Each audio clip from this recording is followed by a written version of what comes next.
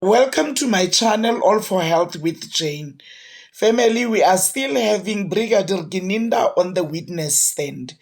During his cross-examination by Mr. Ramosipili, Mr. Ramosipili reads out a statement that was written by Brigadier Gininda, indicating his intention to see Kelly Khumalo being charged.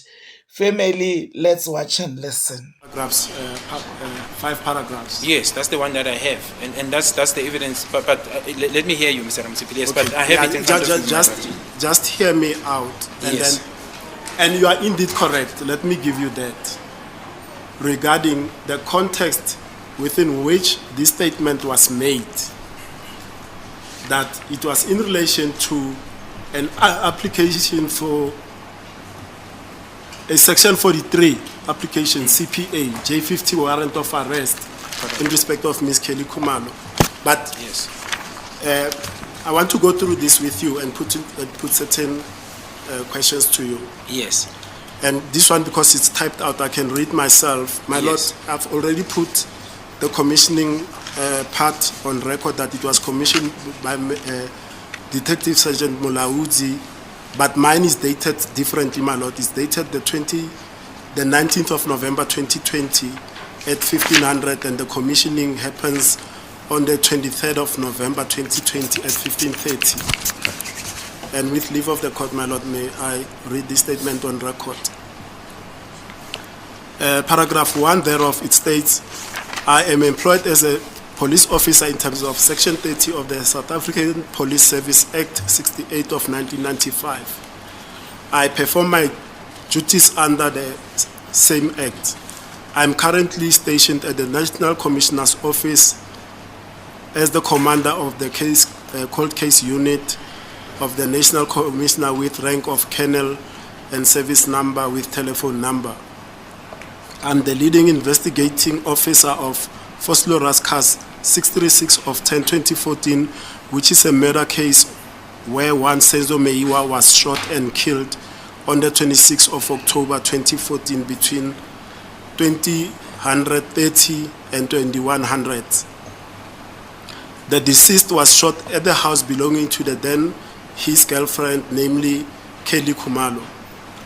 It initially appeared that it was a robbery gone wrong. Witness statements under oath indicated that the two black males entered the house demanding cell phones and money, purporting to be a house robbery.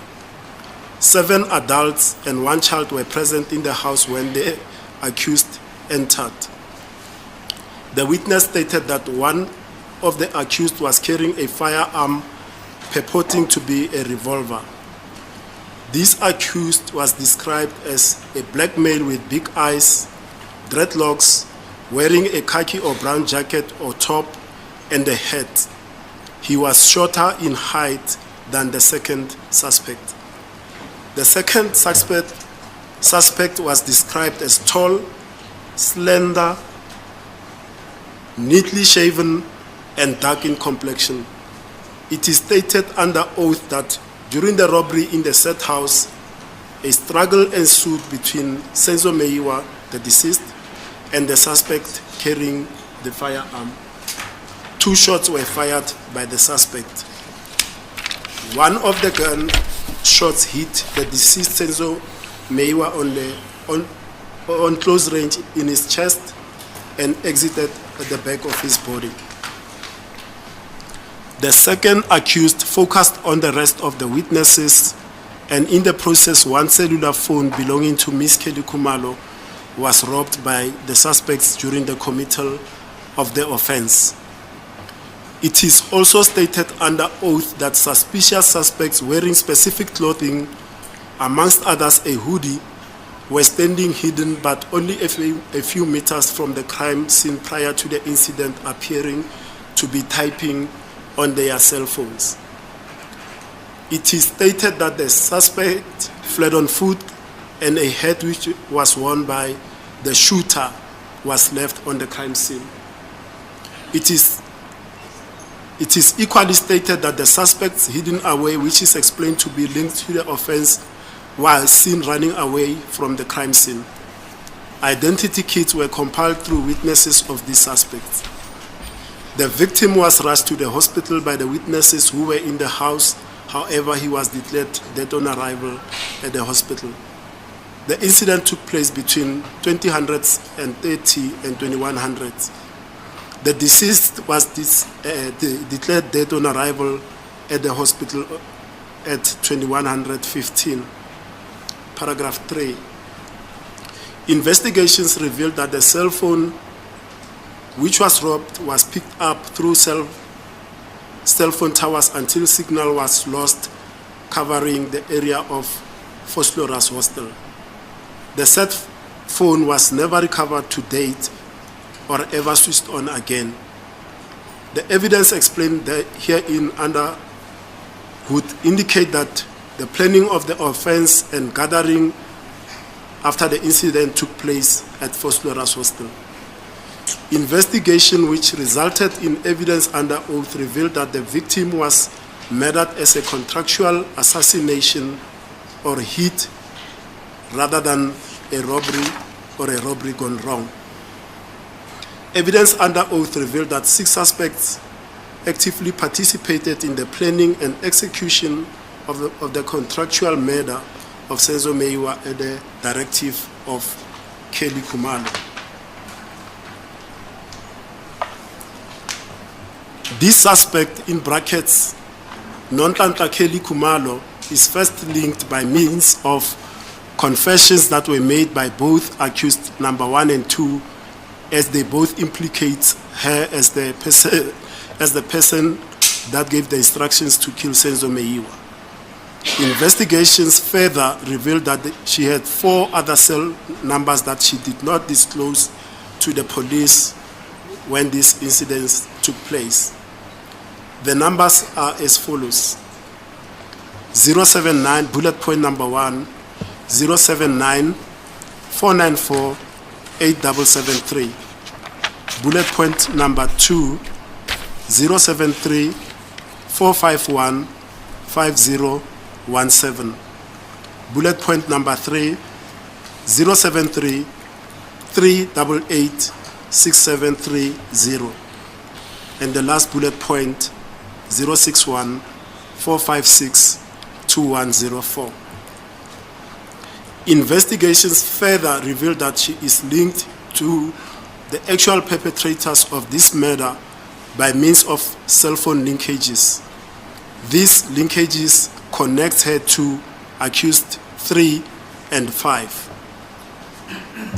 It was further discovered that through cell phone analysis that her cell phone memory has the same photo of a see-through bag containing cash notes and in the exact position, location and spot as the one of accused 3.